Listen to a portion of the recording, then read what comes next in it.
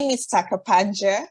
I studied the MBA, and my graduation year, my year of study was 2018/2019 sets.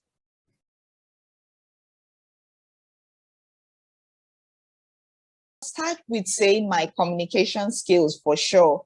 You know, being in the MBA, taking the MBA at Newcastle University, we're a diverse group. We have people from all over China, India, that's our cohort, America, you know, UK, Thailand, Ghana, Egypt. We have people from all over the place. So first and foremost, it was a diverse group, and I from Nigeria, coming from different backgrounds, you know, the way we speak was totally different from each other.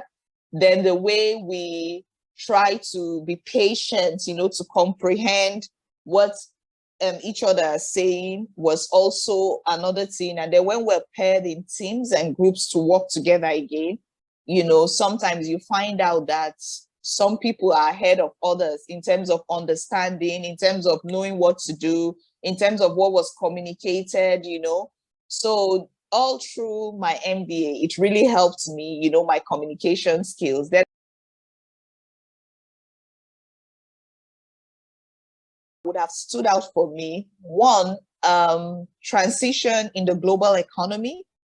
I love that model so much. And the reason why I love that model was because I was able to gain a deeper insight of organizations like the World Trade Organizations, you know, IMF, the International Monetary Fund, and all these so-called support organizations. You know, I was able to see the other side of it when they come to countries and say, we're going to support you, we're going to give you this aid. However, we have these conditionalities that you need to sign and agree, and then how sometimes it end up impacting these nations in a negative way, you know. And so I was able to see how deep that is, you know, and how, you know, countries and nations have to be careful, you know, when you join such organizations.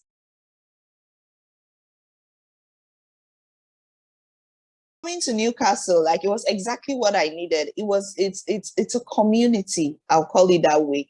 It's a community. The people in Newcastle are so friendly, you know, and they're so helpful.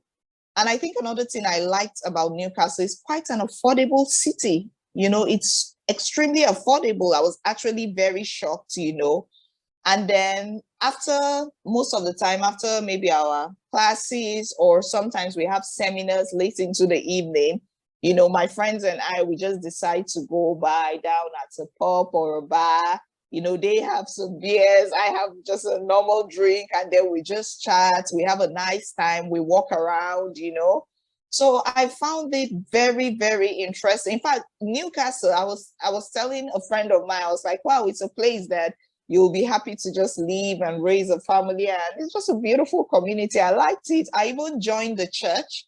I joined Hillsong's church while I was in Newcastle. So being there, I found another community of great, amazing, kind, loving people. You know, it was home for me. Okay, so I'll start from during the MBA. So during the MBA, for me, I can't speak of other cohorts or class sets. I'll just speak of mine, you know. We were a group of people that were really interested in interacting with each other. So what we do is that all through the MBA program, we always organize maybe a dinner, a lunch, or a mini party. So the way we do it, depending on any of our cohorts, we'll be happy to, like, okay, I'll be the host. You can use my kitchen, you know, depending on where they live.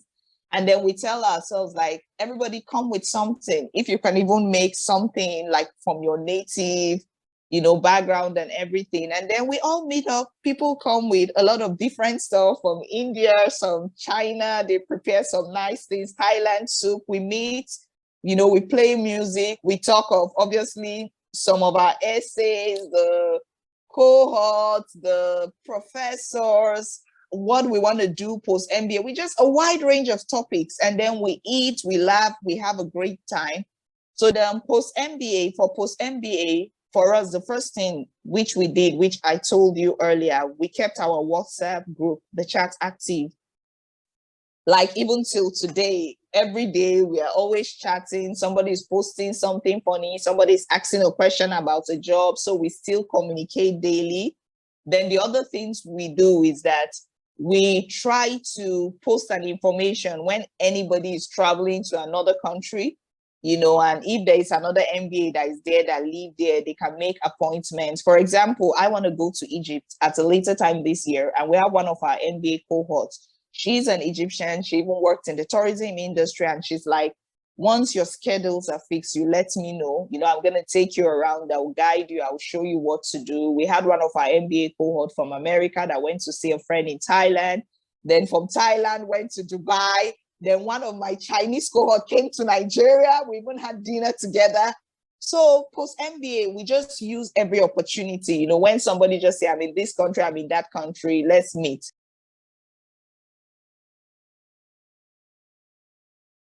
And all that. So by the next 5 years, I would like to see myself as a CEO. You know, I have things I'm passionate about, things I want to build, you know, for myself. And so, which is part of what led to my thoughts of a career path, you know, which I'm considering HRM. So one of what I want to do is that when I start up my own business as an entrepreneur, and I'm hoping that I'll have all I need and I'm equipped enough to also, you know, manage people and, you know, run the organization effectively and things like that. So in terms of career, I should have, you know, probably launched into entrepreneurship. And that doesn't mean that I wouldn't be still offering consultancy, you know, services to people. I do consultancy, so I'm still going to do that, like offer consultancy, you know, but I will definitely have my own work that I would like to do, you know, on the side. I mean, that's what an MBA prepares you for. You take over the world, like just go and dig in and take those calculated risks. And so I want to build something of my own.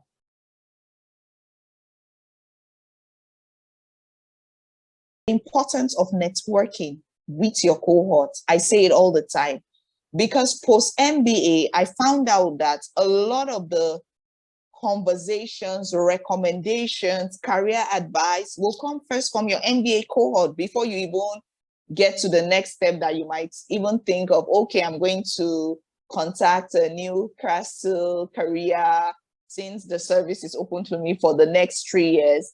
So like one of the things we do in our WhatsApp group, like when someone, for example, we had a cohort that was preparing for an interview, and apparently it's the company she wanted to work, you know, it's a company that's an MBA, like had worked there before the MBA, coming for the MBA. So you see people, they can just tell you, I've worked in this company, or we still have some alumni as well. Companies you desire to go to, they are saying, I'm still working in this company, and these are the tips and the guidelines you need before you go in, you know, for your interview. This is the way would advise for your CV to look. So you have a lot of, you know, recommendations. And then even for people, we have a lot of situations where after the MBA, some people want to remain back in the UK and work. Others want to move to another country, which most likely you have maybe an MBA that is already from that country. So that first push and boost you need to help you settle down, to help you understand the people, to help you understand what direction to take. You get all these things, and it's just like on a light note, you know, you're just having discussions and they're telling you, I think you should do this, I think you should do that. So what I'm trying to say in essence is that the MBA and the academic work is very important, but that should not be the only thing for people that are doing an MBA, because you find out that you can finish the MBA and graduate, and then you just go back to this bubble. You're just alone, and, you know, you're still as confused as you came, you know. So, but all those interactions, networking, things you love while the MBA is going on and you're passionate about, you know, attend those events, those seminars. If you like a yoga, just go for the yoga, do all those things, because MBA is actually a journey and an experience. And so you need to make your journey count. You need to love it. You need to enjoy it. You need to look at yourself back and after the MBA and say, oh, I got all these things, you know, out of the MBA, and not just the academic work. So yeah,